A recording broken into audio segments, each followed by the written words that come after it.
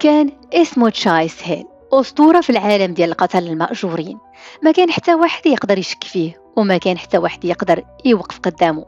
حتى الرئيس ديالو كان كيخاف منه شي مرات، ولكن حتى الوحوش كتعرف الحب.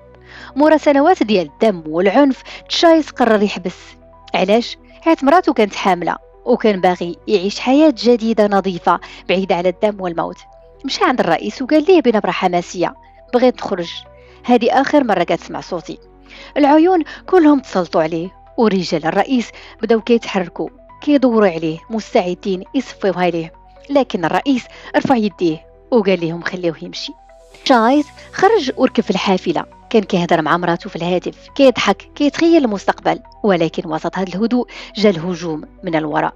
قاتل متمرس بغى يصفيها ليه. شايز تحرك بسرعة وتفادى الضربات وطرحوا للأرض، ولكن القاتل بدا كيضحك ضحكة خايبة فيها رسالة. وهنا تشايز فهم الحقيقة: الهجوم ماشي عليه هو، المقصود كانت مراته. سد التليفون وحاول يتصل بها، ما كان حتى شي واحد كيرد. القتلة مشاو ديجا للدار ديالها وبغاو ديك الساعات يقضيو عليها. تشايز خرج كان مجنون نحو الدار، لكن الوقت ما كانش في الصالح ديالو. فتح الباب ديال الدار وشاف الكابوس بعينيه.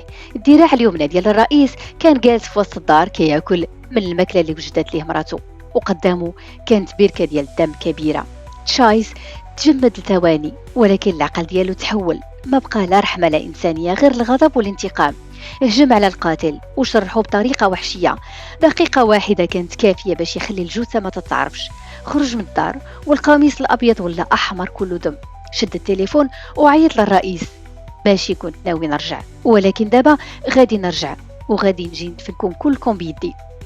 تشايس هيل رجع للحياة القديمة، ولكن هاد المرة ماشي باش يقتل بالفلوس، رجع باش ينتقم.